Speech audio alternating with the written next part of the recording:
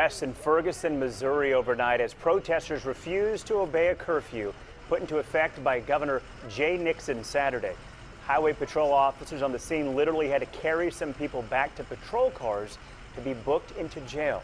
And the latest outbreak of violence has prompted Governor Nixon to increase security. The National Guard is now on its way to Ferguson. CBS correspondent Susan McGinnis takes us through the latest efforts to bring peace to the streets of the St. Louis suburb. Police officers in riot gear ordered people off the streets of Ferguson overnight as a second night of a mandatory midnight curfew went into effect. Just hours before, authorities fired tear gas into a crowd as protesters hurled rocks in their direction. Molotov cocktails were thrown.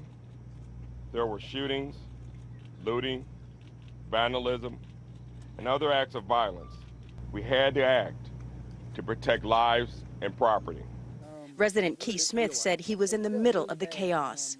My eyes were burning. I couldn't see. I couldn't really breathe. The confrontations came amid the results of a preliminary private autopsy on Brown's body. Former New York City Chief Medical Examiner Michael Baden told the New York Times the 18-year-old was shot at least 6 times, including twice in the head. He said one bullet entered the top of Brown's skull, suggesting his head was bent forward when he suffered a fatal injury. Many people here in Ferguson remain angry at the officer responsible for using deadly force when they believe Brown was surrendering. Ferguson police maintain Brown attacked the officer in his car and tried to take his weapon. As a sign of growing federal involvement, the Justice Department says it will conduct its own autopsy on Brown's body as soon as possible. Because of the unrest, all schools in the Ferguson-Florissant School District will be closed today. Susan McGinnis, CBS News, Ferguson, Missouri.